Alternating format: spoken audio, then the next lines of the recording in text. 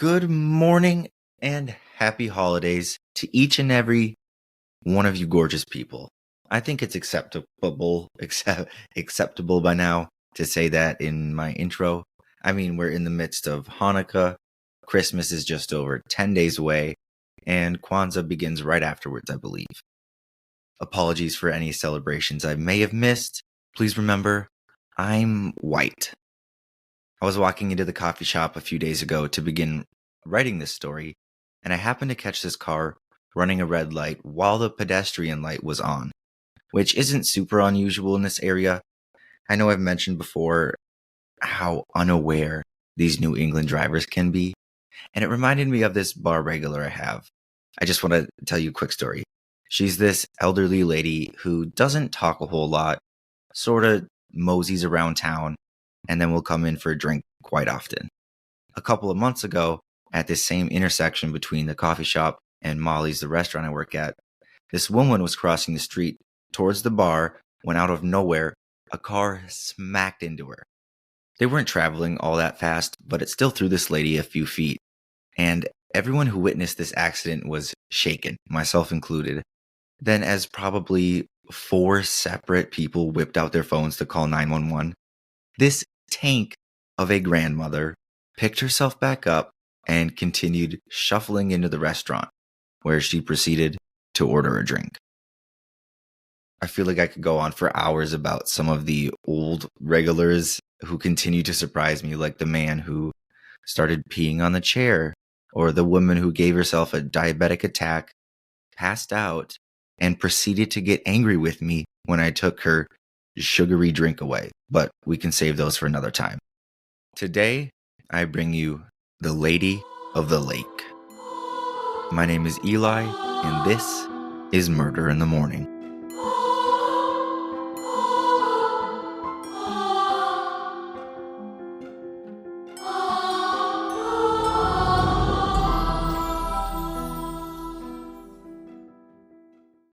My sources for today come from BuzzFeed, Historylink.org, All That's Interesting, Medium.com, and Wikipedia. So, yes, I stumbled across this story while on the BuzzFeed site. Ready for the name of this article? It was titled, 18 Fucked Up Vintage Murder Cases You Probably Haven't Heard of Until Now. What the fuck? By Anna Kopsky. I only hope I didn't stoop too far. Our story takes us back to the year 1940 in Olympic National Park. If you haven't been or heard of this place, it's an absolute sight to behold. I've been lucky enough to spend a weekend there and heartily scratch the surface.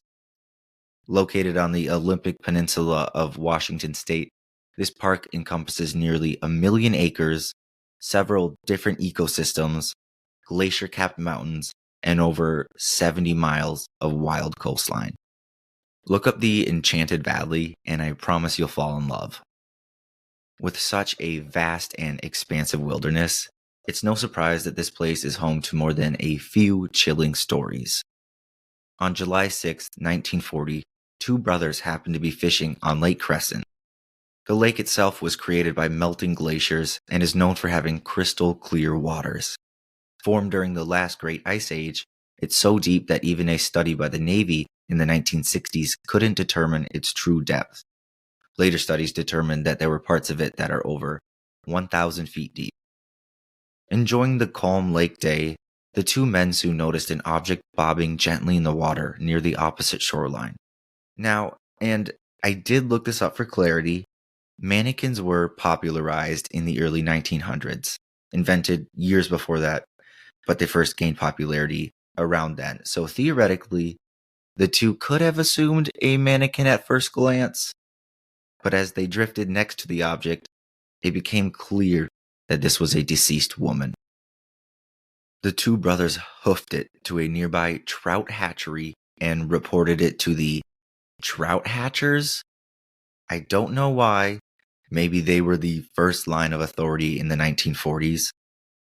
After they told them what they had seen, these trout hatchers laughed at the brothers, saying that there was no way that this could have happened, and the body that they quote-unquote saw was most likely that of a deer.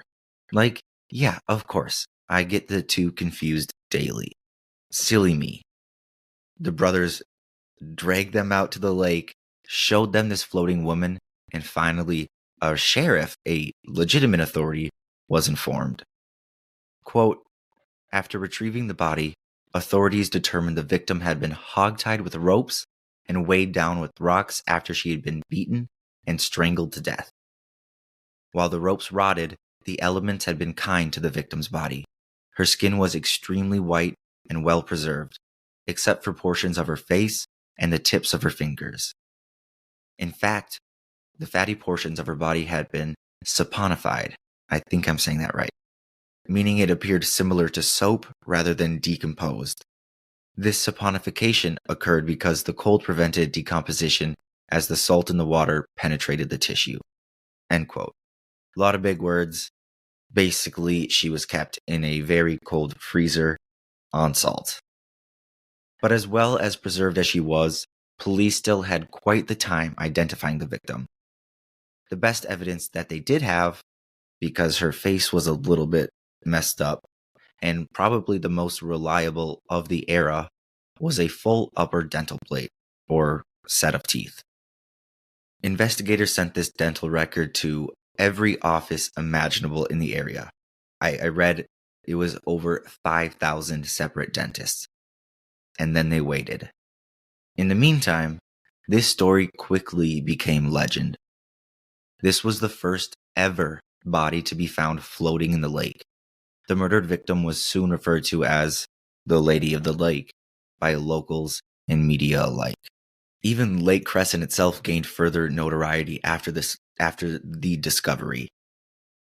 14 dreadful months later, authorities eventually identified the woman as Haley Illingworth, thanks to an astute South Dakota dentist who identified the dental plate as one he had made for her years before. According to HistoryLink.org, the Lady of the Lake, or Haley Latham Illingworth, was a Port Angeles waitress who was married to Montgomery Monty J. Illingworth, a beer truck driver and a known ladies' man. I think it's Haley. It could be Hallie. Oof, I'm sorry. I should have double-checked. Haley had been missing since shortly before Christmas 1937. She'd arrived on the Olympic Peninsula about 3 years earlier after 2 failed marriages. She was born on January 8, 1901, to a hard-working farm couple in Greenville, Kentucky. As a young adult, Haley repeatedly moved west and west, searching for a better life. She wound up working at the Lake Crescent Tavern, now known as the Lake Crescent Lodge, where she met Monty Illingworth, who became her third husband on June 16, 1936. The two had a well-known volatile marriage. 5 months into it, the couple got into a pre-dawn fight that was so fierce, the police were called to break it up. Haley showed up for work at a Port Angeles restaurant with bruises on her face and arms. Sometimes she even had black eyes. Then, as the holidays approached in 1937, she disappeared. After either December 21st or 22nd, no one saw Haley Illingworth again. Her husband Monty told friends that his wife had run off with another man, which we've heard 1,000 times before. But as the months went by, Haley's close-knit family had heard no word from her. Monty moved to California with a new woman he had met in the port, a woman whom, reportedly, he was seeing romantically before Haley's disappearance. And then, on July 6, 1940, almost 3 years after Haley disappeared, the two fishermen where we started our story spotted the body of a woman, the Lady of the Lake, floating on the surface of Lake Crescent. Now, armed with her identity and a gained knowledge of her past abusive relationships, police quickly narrowed their focus on Mr. Monty. At first, I was surprised that her family never reported her missing, but it seemed like she was headed more into a almost nomadic lifestyle, and her parents knew that she maybe didn't have the best choice in husbands, so maybe they already went long periods of time without seeing or hearing from her. And I don't want to put any of the blame, obviously, on the victim's family. So I think we have to look at that through a different perspective rather than they didn't care about their daughter. On October 26, 1941, police arrested Monty at his Long Beach residence, charged him with murder, and sent him back to Port Angeles to await trial. Due to the mysterious nature of her body, let alone this entire case itself, the trial triggered immense attention. Quote, "It began on February 24th, 1942, and was so sensational that it competed with news from the fronts of World War II. Trial developments were splashed daily across the front pages of local newspapers. Spectators arrived early, homemakers, teenagers, and curiosity seekers converged on the courtroom for the 9-day trial. Monty's defense ultimately was that the dead woman wasn't Haley, and he swore that she was still alive when he last saw her. But the dentist from South Dakota was a much more credible witness, and he insisted that the dental plate found on the murdered woman belonged to Haley. Moreover, Haley's friends identified clothes worn by the dead woman as belonging to her. The key evidence, however, was the rope used to tie up Haley before she was dropped into the lake. Monty had borrowed 50 feet of rope from a storekeeper at the lake, and the store still had remnants of the rope. When compared, the fibers matched. It took the jurors only 4 hours to reach a verdict, and on March 5th, 1942, the jury found Monty Illingworth guilty of second-degree murder. He was sentenced to life in prison at the Washington State Penitentiary in Walla Walla. End quote. Unfortunately, as we encounter still all too often, he was released very, very, very, very early. After only serving, I want to take a guess, 9 years of a life sentence, Monty Gaithon Illingworth returned to California, where he remained a free man until his death in November of 1974. Some people say that Haley Illingworth, she still haunts her old stomping grounds in the area, the restaurant where she used to work, or parts of the lake, unable to thaw and move on to the next. Dun dun. And that, folks, is the mysterious murder of the Lady of the Lake. I hope you had fun with that one. I know that it's been played out in the past by many a better podcast than mine, but I always enjoy a good legend or old-timey mystery murder. Plus, it's a bit lighter for the holiday season. Less child blood, you know? With that being said, again, I can't believe we surpassed 50 episodes. It blows my mind. And today's episode itself, being 51, nothing special in particular, was kind of short. So I will, again, have an extra story to share with you after the music today. Again, thank you all for listening. I really wouldn't be here without you. Okie dokie. Bye-bye. Love you.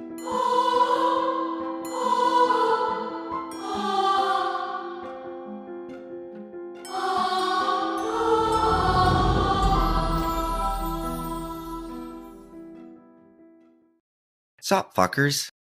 Hi again. So I had never heard this story before, I don't think, but it gave me real creepy twin vibes, like the Silent Twins or the Swedish twins who tried to kill themselves, attacked police, and then killed another man before jumping off a bridge twins.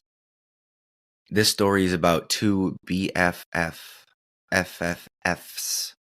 written by Rivi Lyon of All That's Interesting. Pauline Parker and Juliet Holm seem like perfectly ordinary teenage girls. But on June 22nd, 1954, a day that would be remembered in New Zealand for decades to come, they viciously murdered Parker's mother, Honora Reaper. The two teenagers had become obsessed with each other and a fantasy world that they had created. They believed that Reaper would be an obstacle in their perfect shared future. The scandalous trial that followed. Sophie. Fouled. The scandalous trial that followed captivated New Zealanders, and the story was even turned into a feature film, Heavenly Creatures, directed by Peter Jackson. So what exactly led to this infamous Parker Holm murder? This is the story from how the girls first bonded to how they planned what Parker called the day of the happy event, and where they are now. On paper, Pauline and Juliet could not have appeared to be more different. Pauline Parker, who went by the last name Reaper until the court determined that her parents were not married, had been born in New Zealand. Her father managed a fish shop, and her mother ran a boarding house.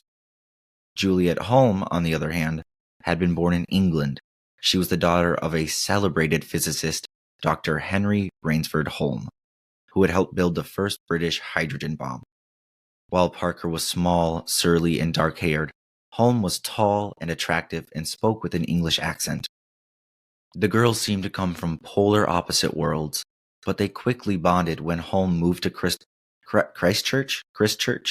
New Zealand with her family. Both had struggled with their health, Parker a bone condition called osteomyelitis, and Holm with tuberculosis. They became friends while sitting out of their physical education classes together. But Parker and Holm's friendship soon took a dark turn. Both Pauline Parker and Juliet Holm had vivid imaginations.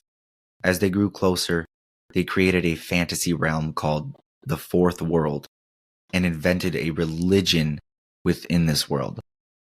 Together, the teens wrote stories set in the Fourth World and dreamed of one day publishing novels. Gradually, they became more and more immersed in their imaginary realm and less tethered to reality. At the same time, the two girls seemed to develop a deep obsession with each other. Though Parker spent a good time of deal at the Holm house, the two girls became withdrawn when apart, and even physically ill. Like some of the twins. Their families began to worry that they developed a lesbian relationship. Ooh. At the time, homosexuality was considered a sign of mental illness in New Zealand and was treated as a crime. That's crazy. But in 1954, a solution to the girls' obsessive behavior seemed to present itself. Juliet Holm's parents decided to get divorced and announced that Juliet would go to South Africa to stay with relatives. The Huffington Post reported that the Holmes were open to Parker accompanying their daughter, but Parker felt that her mother, Honora Reaper, would never allow it. So, 16-year-old Pauline Parker and 15-year-old Juliet Holm hatched a plan to murder Reaper and make it look like an accident. Why could mother not die? Pauline Parker mused in her diary, according to the New Zealand Herald. Dozens of people are dying all the time, thousands. So why not mother and father too?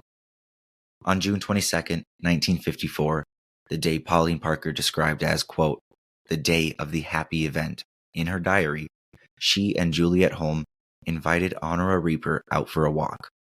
The three of them went to Victoria Park, where they enjoyed afternoon tea and then set out to wander the park. Then, according to the New Zealand Herald, the girls led Reaper to a pink charm that they had left on the path previously. When Reaper bent down to pick it up, Parker began to bludgeon her with a brick encased in a stocking. The two girls took turns, eventually hitting Honora more than 20 times. With Reaper dead, the girls ran back to the kiosk where they had tea and screamed for help. Covered in blood, they told the kiosk owners that Reaper had fallen and hit her head. It soon became clear that something far more sinister had happened. A detective later testified that Parker's mother, quote, had been attacked with an animal ferocity, seldom seen in the most brutal murders, and police found the bloody brick nearby. Pauline Parker and Juliet Holm were arrested and charged with murder. Before long, their trial would captivate New Zealanders across the country. The prosecution got their hands on Parker's diary, which contained details about Parker and Holmes' plans to kill Parker's mother. New Zealand's Woman Weekly reported that a few days before the murder, Parker had described how thrilled she and Juliet were. Parker wrote, naturally, we feel a bit nervous, but the pleasure of anticipation is great. Remember, she's 16. Meanwhile, the defense argued that the two girls had been caught up in this shared delusional disorder, hoping to prove that Parker and Juliet had been insane when they killed her mother. But in the end, the trial of Pauline Parker and Juliet Holm came to a predictable conclusion. On August 28, 1954, both girls were found guilty of murder. They were sentenced to, quote, detention during Her Majesty's pleasure, which is a sentence for a convicted person under the age of 18, in which they are detained for an indeterminate amount of time based on the discretion of a judge. They each ended up serving only 5 years in separate prisons.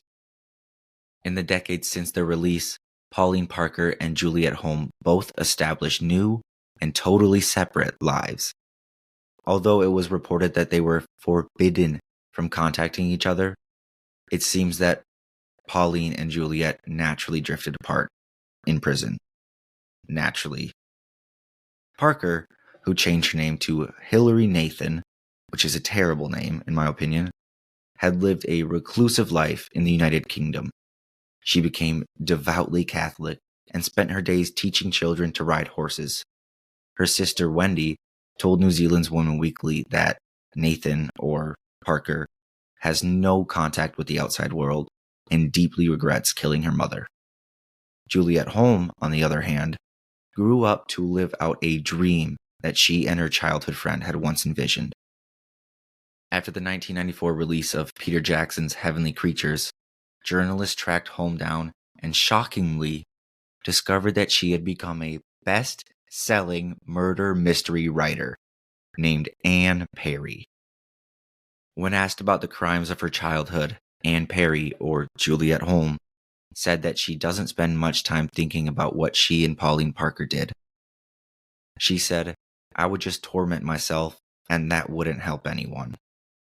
Honora Reaper was somebody I barely knew." And that's all she had to say about that. Not sorry, not I feel guilt, but I don't think about it much. I barely knew her. Anyways, Anne Perry, or Juliet Murderer Holm, died in April of 2023 at the age of 84, which was very recently, obviously. But, oh my God. I want to break so much of that story down, but simply the fact that she became a best-selling murder mystery writer after murdering someone is batshit crazy. It's supposed to be the other way around. You're supposed to be, inspired by murder mystery books, and then you go out and kill somebody. Whatever. That absolutely crazy. Okay, that's it, I promise. I let you go now. Thanks again. Bye-bye. Love you.